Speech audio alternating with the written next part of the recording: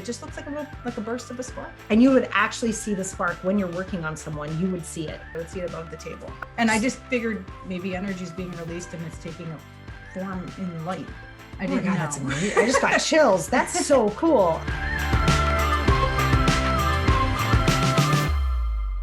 Hey guys, welcome to episode number 90 of the Game On Girlfriend podcast. I'm really excited to bring you today's guest. One, she's been on our show before. So exciting. I love it. I love it. Today, I got to sit down in real life with Karen Foote. Now, if you don't remember Karen, that's okay. I'm happy to introduce you to her for the first time. I'm super excited. Karen is a Reiki master and massage therapist, and she's the founder of Rebalance Reiki and Massage. She's also the owner of Moon Magic. So cool. Such a great name, right? The owner of Moon Magic, which is a spiritual wellness center in Hillsdale, New Jersey. Now, the really cool thing about Karen is that she's like the most down-to-earth, spiritually enlightened person you're ever going to meet. I don't know how else to describe her. She's so cool. And in today's conversation, we got to cover kind of her journey into spirituality. This was not how she started out. This wasn't what she wanted to do. And I love to bring you stories like this, where we have a woman on her way to like do her life, doing whatever there is for her to do. And all of a sudden things start looking a little bit different. Things start changing. And she followed the path. Thought that was really cool. And I loved hearing her story originally, especially the part about the sparks. Make sure you listen for that. And then I also want you to listen, quite frankly, for the importance of email marketing, which sounds so funny for me to talk about in the middle of like this like spiritual awakening podcast episode, right? But it's really about understanding how important it is that you show up, how important it is that you recognize the power of your words, the power of the products and services you are creating and putting out there in the world, and that they matter. Not only do they matter, people are waiting to find them. Okay. So speaking of all this, right? So Karen shares her journey about how her teacher appeared and how the things she needed to learn appeared in her life. And now she's turning around and doing the same for others. We have a very special offer for you. She talks about it at the end of the podcast. For those of you that can't wait and you like to eat dessert first, the link to her special offer is in our show notes, right below this video. So you can check that out there as well. But she offered a very generous discount on one of her healing sessions. Very cool. Very cool. So keep an eye out for that. Keep an ear out for that as you listen in. The next thing I just wanted to have you sort of listen for is how Karen talks about empaths. And so if you are someone who's recently had really odd feelings, like just this like anxiety, right? We know that's really prevalent right now, but like this anxiety or this feeling that things are off and you kind of quite can't figure it out, this podcast is going to help. It really is. It's going to help you understand what's happening for you. And then Karen also gives you really specific tips for how to deal with it. And finally, I just want to say, I'm so super excited. You guys, she was in this office with me. I was so happy to have her here. It's brand new for us to film this way. I hope you love it. I hope we were working to be as generous as we could, and that it was really fun to get to share physical space with someone again. It's been so long. And yes, we're both vaccinated before anybody asks. We're all good. We're super safe, but it was really special to have somebody in this room with me. And I hope you enjoy the video that way. And I hope it makes you really happy. So without further ado, let's get to it. Karen, welcome to the Game On Girlfriend podcast. You guys, she's here in real life. She's here in real life. I'm so excited. I can actually oh my gosh. Okay. So excited. This is the first time we've done a podcast like this. So I'm glad it's you. I'm so happy you're breaking us in over here. We're working on it, people. We know it's not perfect, but we're super excited to bring you a podcast this way. And so Karen, I've told everybody like who you are and what you do and this incredible healer and spiritual person that you are. Mm-hmm. But I would like to know, can you share with us just sort of in your words, your history as a healer, like what you've gone through to get to this point? And then we're going to ask a whole bunch of gooey goodness questions about other things. Oh my God. I just want to hear your story. All right. Well, the healing stuff opened up for me when I was 16 as a massage, and then didn't know that was a possibility as a real career for a long time. And then when I graduated college, I had by then figured out that massage was a career. So I went to massage school right after I graduated, or actually the same week that I graduated. And then I did that work for a while and it was satisfying. But then when my mom got sick with an autoimmune disease in 2002, that changed my trajectory. So I ended up doing the craniosacral at that point. Wait, what's craniosacral? You can't throw out big words like that. We don't know. Anyway, go ahead. Yeah. Craniosacral therapy has to do with the cerebral spinal fluid and how it moves around the head and the spine, and like imbalances in the body present when you tune into the rhythm of the craniosacral fluid, the cerebral spinal fluid. So it's got its own, the fluid itself has its own rhythm. Yeah. Its own rate and rhythm, exhale, inhale kind of a feeling. So, wow, I didn't know that. So yeah, when you tune into the subtleties of that, you can feel like things are crooked or imbalanced in some way. And you're so quiet with the body for so long that you end up hearing and feeling and noticing more than you would have if you just massaging the whole time. So that's kind of what woke up that sensitivity and trusting my intuition. And then that class was pivotal because I met my friend who later became my teacher in like psychic development and Reiki healing. Wow. Like years later. So it really was like, you really started with like, I don't say just massage, but like the goal was massage. Yeah. I didn't have any aspirations of being spiritual healer or anything like that at all. Yeah. So it was a really organic journey for you. It just sort of like kept evolving from there. And then, so you figure out, I'm not going to say it right, the craniosacral. Yeah, I said it right. Okay, so because I've actually, you guys should know, I've actually had Karen do that with me, and I always love it. I didn't know what she was doing, but it was amazing, and I always felt really good after it was done. But like that, so that you're literally dealing with the rhythm of that fluid and balancing all that out, and then from there, what happened next for you on this journey? So you start adding that into your massage. And you realize there's something else that you are maybe present to, or things are, And then like, what happened after that? With the craniosacral work, like I said, it was so subtle, and people would always be like, what did you just do? Like, that was amazing. Whatever you ended with, or before I turned them over, I would do it. So they would always point it out. Like, I really noticed that was amazing. And then I started seeing sparks when I was working, and I didn't know what that meant. I just figured it was energy leaving the body. It turns out it was angels. So I didn't know that at the time. So when we look at like sparks coming, okay, did you ever see Loki? Are you like a Marvel person? I'm the only Marvel person. I'm crazy. I'm not as well versed as you, but yeah, I know a little bit. Okay, because I was just thinking when you said that you saw sparks, there's a scene in Loki. Stop it! I can't help it. I love Marvel, but there's a scene in Loki where he talks about magic his mom taught him, and he would hold out his hand, and it was literally like little fireworks. Mm-hmm. Is that what it looked like to you? Like, was it like sparks like that, or was it more? That's how it feels. Okay. But looking at the sparks, I actually saw it with my eyes, and it just looks like a burst of a spark, like the way you would see Tinkerbell, like a burst of a spark. And you would actually see the spark when you're working on someone, you would see it. Yeah. Oh, I would see it above the table. I wouldn't see it on their body. I would see it above the table. Okay. And I just figured maybe energy is being released and it's taking a form in light. I didn't know. That's amazing. I just got chills. That's so cool. Okay. Massage, craniosacral. Dang it. Craniosacral, and then sparks, literally sparks. And then how did you understand that wasn't only energy, that there was actually, it was angelic energy? Is that probably the best way to say that? It could be also other stuff too. It could be spirit, but when I had my awakening for the spiritual, like I need to be a spiritual healer, I just had that declaration at the end of 2008. Didn't know what I was going to do or how I was going to do it.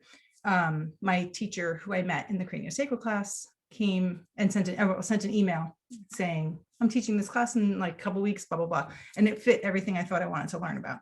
So when I took that class, I asked her, what is the sparks that I'm seeing? And she said, oh, it's angels. Wow. Okay. Whoa. So hold on a second. So actually people have seen those sparks before, like other people had seen those. So that must have been really validating. Yeah. To be like, oh, I'm not crazy. People are seeing sparks. Like, this is the thing. But then also not only that she had seen them, but she knew what they were. Yeah. It was super validating. Yeah. To have somebody kind of lead the way. So then she kind of became my main teacher for the next like 2 years. And I learned what's called theta healing. And then took all the courses that year, had some really crazy cool experiences. And then the next year I wanted to learn Reiki because I didn't know how to translate this abstract energy world to my massage clients. And I'm like, well, Reiki probably can bridge that gap. And then no sooner did I say that, and she offered a Reiki class. Like I got an email, hey, I'm teaching Reiki next week or something. I'm like, seriously? Oh my gosh. So, yeah. Okay. I have a couple things I got to say here. I got to just jump in here, guys. Email marketing works. Okay. I'm sitting here going, everybody who's ever said to me, especially spiritual healers, like people who are in this space, they're like, I can't market. I can't do that. And it's like, oh my God, you guys, people are like, wait, they're like, I wonder if a class like this exists. And then you send them, hey, by the way, I'm teaching this class. It really matters. It's not like sales, sales, sales, sales. It's like understanding there's someone on the other side going, God, you know what would be great? I wish somebody could teach me this thing. And then bam, they show up like this. I think that is so cool. That was like a double lesson for me is one, when we share our experiences like that, like we validate each other. And I think that part's really important. Like here you were going, I just wanted to do massage. I don't know what's happening. And then all of that gets validated for you and the path before you get lightened up because somebody else was like, hey, I can teach you about this. Yeah. Yeah. That is so cool. Yeah. I mean, and even the craniosacral work, when that came up, it was like in 3 signs I got it. And one of them was an email probably. I'm pretty sure. And I got like a postcard in the mail and it was in a magazine or something. It was like, boom, boom, boom, 3 signs in a row. And I was like, okay. So I trust that, you know? And so when, you know, these opportunities present, I know that I'm being guided. So I'll listen. Yes. I love that. I love that. So now we're on this spiritual path for you. Did you have concerns? Because I know this is something that you teach that I think is really cool. Did you have concerns about what other people were going to think about you when you started talking about this stuff? And I know anybody listening who's had like a spiritual experience or you've had those moments where you're like, did that really just happen? And you're like, I don't want anybody to know about this. Did you go through that? My worst critic is my husband. So dealing with him made anybody else not seem as big of a deal. So lessons learned, right? and my father is a deacon in the Catholic Church. So dealing with him and his worries and fears was also, I never was concerned. I just expressed my truth, and whether they could follow me or not was up to them. And I'm sure there was hesitation and stuff, and I would kind of whisper it and kind of like put it out there in quiet ways. But eventually I got to the point where I just didn't care. I love that. It's like, that's my favorite part of that story. And then I didn't care. Yeah. But that's really interesting. So that reminds me a lot of like, I know a lot of parenting coaches or people who are in the parenting space will talk about how we can have a child that is our biggest teacher. Oh yeah. Do you feel that way about your husband?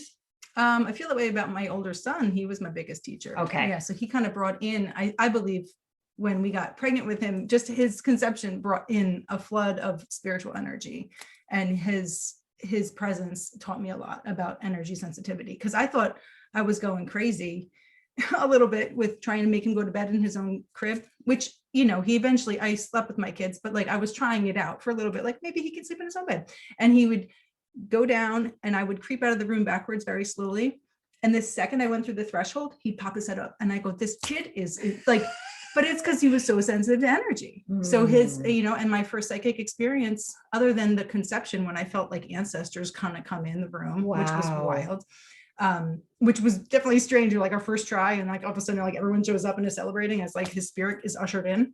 But that is so cool. Oh my God, that is so cool. And then after, when he was a baby, like 6 weeks old, he got thrush, and I saw his tongue and it was white, and I heard the word thrush, and I thought, where did that come from? Because you never heard that before. Like I learned it in massage school, but I didn't otherwise know it. Like I wouldn't have been able to recall it. It was totally an intuitive hit. And I Googled it because I was like, I think that's what's going on. And it's totally what was going on. Okay. So I think that my son was my biggest teacher. My husband is my biggest challenger, I guess. But, you know, I guess you can say it's teaching me. Yeah. You know? Yeah. I mean, you know, we all get it from somewhere, right? Like, I do think that is part of it, is that with like the people that challenge us, whether even it's like the online comments we always talk about, right? But like when we really love people and they challenge us, it can be really tough.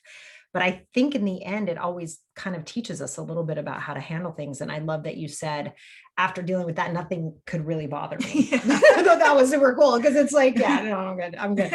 I'm totally good there. Yeah. So now you also, in addition to this amazing spiritual journey that you've had, you also are incredibly empathetic. Am I right about that? Like empathic? Empathic. I don't know if there's a difference between empathetic and empathic. I don't either, but we should look it up. Yeah. So, all right. Yes, but you're right. It's empathic, not empathetic. Those are different. Yeah. So tell me, one, what does it mean to be an empath? And two, what is the experience of you as a person out there in the world, especially as crazy as the world is right now? Does that experience like drive you nuts? Like, do you feel on edge because of the way the world is when you're an empath? Like, how do you deal with that? It's kind of two questions in one. Yeah. Sorry, but like, well, being an empath just means that you're sensitive to energy. So I find that I'm really, I am sensitive to the energy in the room, but it's not just other people's emotions that can be contagious.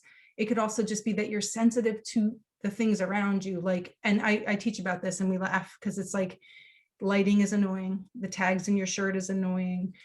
Sound can be annoying. So it's not just taking out other people's emotions. It's just kind of like hypersensitive. And there is a highly sensitive person as a category. That's not the same as being an empath, but they have lots of crossovers. I believe on both. So I would enable my kids and I would cut the tags out of their shirts because they are sensitive like me. And my husband was just thinking I was enabling them, but I'm like, no, I understand what it's like to be like tweaked. If there's like a sharp thread poking you in the back of your neck, some people aren't as bothered by that. But then as far as like the energy of the people around you or where you are or the universe, whatever, as long as you have some tools in place to protect your energy, it helps. So that's kind of what I also like to teach about, is like to empower you. It's not a disability to have this higher level of awareness and sensitivity. It's really cool. So it isn't just, because I always think of being an empath as is kind of being, I don't want to say at the whim, but I've sort of had that feeling like it's almost like you're at the whim of what is happening around you, and that can really affect how your day goes or how your life goes or how a moment occurs to you. And you're saying, yes, that's true. Yeah. And there's ways to sort of manage that. Can you like share one way that you would teach somebody to sort of manage? The first thing is this mine? And you just kind of take a second and go, is this mine? Oh, I love that. Because if you all of a sudden out of nowhere start to feel cranky or like anxiety or things like that, where it just kind of like knocks you and it's kind of confusing, like, where did this come from? It can just be that you went into somebody else's like stink cloud of their own. Somebody else's stink cloud. Emotion. I think that's a bumper sticker. This is someone else's stink cloud. But I love that. Is this mine? Yeah. Okay. And then to teach people how to trust their intuition and what they hear as the answer is another tool. Because it's like, do you automatically feel that answer is yes? Do you hear it? Do you feel it in your body as like expansive and bright, or no, dark and heavy? So just to kind of notice how your body feels, because your body is like a huge antenna. So to just kind of listen to your body and trust it to save you the trouble. Okay. Of acting out somebody else's aggression, like road rage. And I've fallen victim to that. I'm sure everybody has. But I had a very funny story about that, where I was, trapped by two people who were doing like road rage against me, like for whatever reason. And I was like, don't do it. And then next thing you know, like I like rode the rumble strip and like freaked out and drove around them and then like sped away, like horrified. But I was like, this is what happens when you're not grounded and you could fall into somebody else's funk of their energy. Wow. Okay. Well, I think no, like you're laughing, but like, I think we've all had that experience, right? We're like, why am I so pissed off right now? Or why do I suddenly feel so sad? And I think when I always say who you hang out with matters, but I think also who's just in the environment matters as well, right? Yeah. Like energy is contagious. It can be contagious. Yeah. And I'm thinking too of like what we talk about with groupthink. Like I just thought group because we're group thinking, right? It's like, but that's like a psychological, scientifically proven phenomenon that you're talking about that also comes in on the energetic level. Good and bad. Right. I was watching a protest from, I don't even know where it was. It was in another country just this last week. And you could watch like the wave, like take over the people, like they become one, like the way they were pushing back against the cops. It was scary and fascinating because you see how groupthink can take over. Yes. And it can be amazing when you're at a concert and everyone's like vibing with the same song, but it can also be terrifying in, when it's used for ill. Yeah. Or aggression. It seems to be a big groupthink thing, right? Yeah. Totally. So, okay. So is this mine? Now, you said something really cool when you were talking about the road rage moment. Like, this is what happens when you're not grounded. Now, the last time you were on the podcast, I think you gave us one of the coolest tips. I don't think I've shared this more than anything anywhere, is putting your hands on your head. I was like, that's genius. Oh my God. So we have that as a way to stay grounded. How else can we stay more grounded when we're feeling like, I think especially right now, the variant, the like, are we going back? Are we not? Masks, no mask, all the fear, I think on top of the political unrest and the possible pending wars and all these things going on, how can we stay grounded at a moment like this in our, as human beings? The best thing is getting outside and being in nature. Like that's always like the number one. Having an exercise routine, having a meditation routine, having a fixed morning. This is why I'm so sad at the end of my summer now, because I'm like, my whole morning routine is so disrupted because I'm just like, oh, screw it. Like It's too cold. School starting next week. We'll be able to get back on track. But I do miss having that because it does ground me. But like I'll walk the dog and kind of like breathe and look at the trees and notice the signs around me. That's a way to kind of stay in your body. You could do meditations. You can eat root vegetables. You can use essential oils. You can use crystals, like I've got these crystal bracelets on to, support that kind of energy. So, but having that kind of a grounding routine to your morning, and definitely exercise and outside time, super grounding. Okay. And like, just kind of ridding your energy field of other people's stuff. Yeah. So, no, I think it's important. Like yeah. it's a serious thing. Yeah. Yeah. Okay. So you right now on your path, both as an entrepreneur and as a healer, mm-hmm. You're working on a program or are about to deliver a pretty cool program. Yeah. Can you talk to us about the program and like what's in it and what your why? I hate saying that. Like, what's your why? But like, what's your why behind creating this program? A lot like the woman who sent you the email and then she was your teacher, right? Like people are waiting for this program. I have a feeling, right? Right. So why are you creating this? Like, what is this for you? Well, this is just to simplify other people's experience so they don't have to go through the guessing game or the stumbling through of the confusion that I did when I was first opening up to my spiritual healer path. So it's kind of targeted towards people who want to live like a spiritually conscious, like tapping into the energies, whether or not you want to be a healer officially or just knowing that you want to kind of make sense of the world around you and take back a little bit of control and have some understanding. So it's a streamlined, I call it Spiritual Seekers 101, and it's 6 weeks. And we go over being an empath, how to protect your energy as an empath, an introduction to the chakras, because that's always like one of my favorite topics, crystal basics, coming out of the spiritual closet, and psychic development. So these are all things that are just like kind of like concisely put together in like a nice little organized thing. Because a lot of times when you're opening up to this stuff, you're so excited and you just don't know where to put your attention, and everything is an object of interest, but you don't know which one to focus on first. So it's like, here, just come for like this little intro kind of basics. Okay. To kind of have a start off point when you're first waking up spiritually. And also too, the way when you were describing that and you were describing the 6 steps, you walk people through to understand what experiences happen, what they're like actually experiencing as they go through this is kind of like with you with the sparks, right? It's like, as this opens up, is it like a flood? Like, do you feel like you just get hammered with like, you start to see things all over the place? Can it feel that way? Like I always say, like drinking from a water hose where all of a sudden you're just like, oh my God, there's so much. Does it feel like that?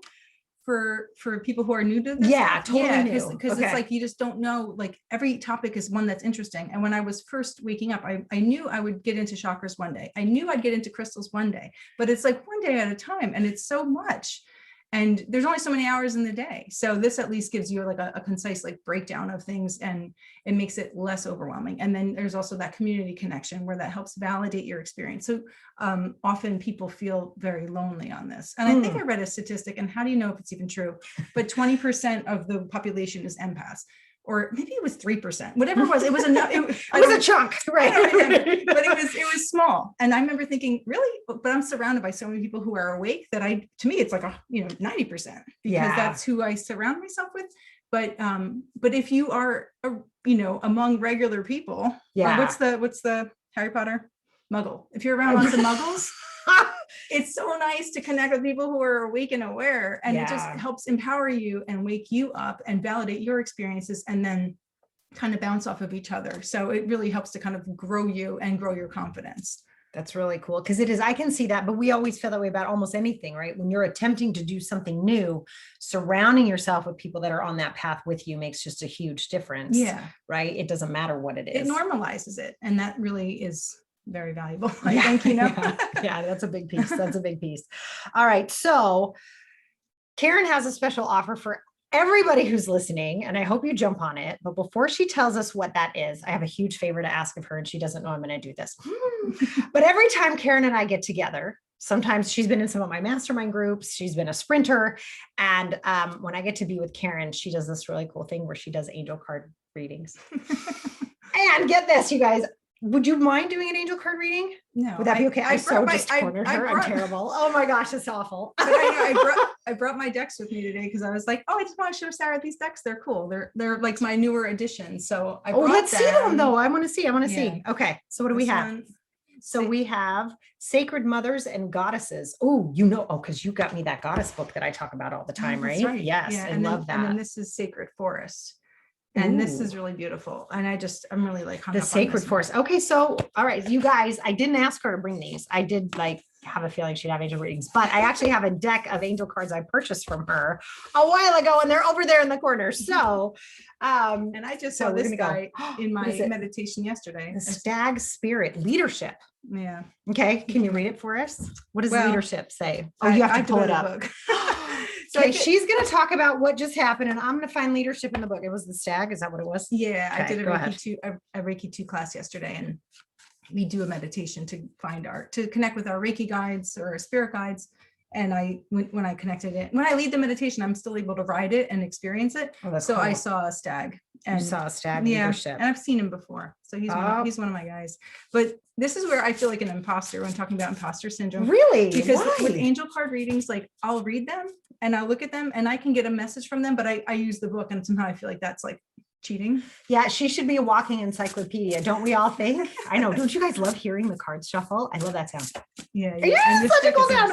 Okay, this card keeps coming up. The fire spirit as well. This is the third time it's come up in like 10 days. Okay, well, you're a fire spirit, sister. So I'm going to read the stag spirit just for anybody interested in what the stag energy is. Just let your eye go to. I was just going to read that. Is that okay? That's cool. Yeah. Okay.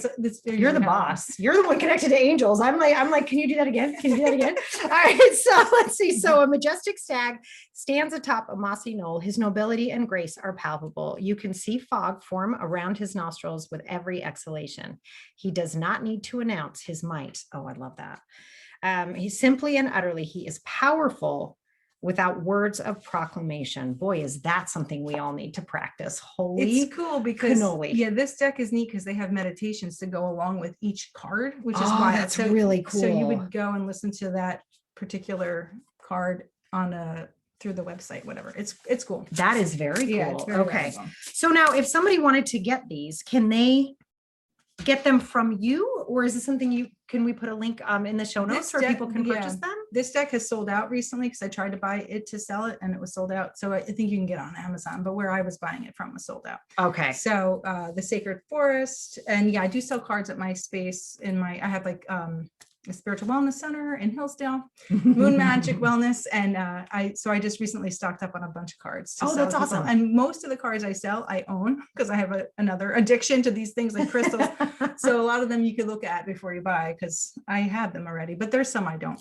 But this deck is not for sale because it's hers, dag nabbit. Yeah. Okay. All right. So fire spirit. I don't know if you guys can see it. For those of you who are listening, it is a beautiful woman standing. She looks almost like a tree, right? And there's fire coming off of her hands. Oh, yeah, for those of you, more sparks, people. For those of you watching on YouTube, is that going to focus? It's not going to focus for us. Sorry, guys. But she's pretty. All right. So let's see what the fire spirit says is. One jagged shard of lightning after another strikes the earth. Loud rumbling, crashing thunder reverberates throughout the forest. The trees seem to vibrate together as one being in response to the lighting as the fire spirit activates the core of existence. Extraordinary life force energy surges through your body and through the land, and you feel the vigor of the forest expanding majestically.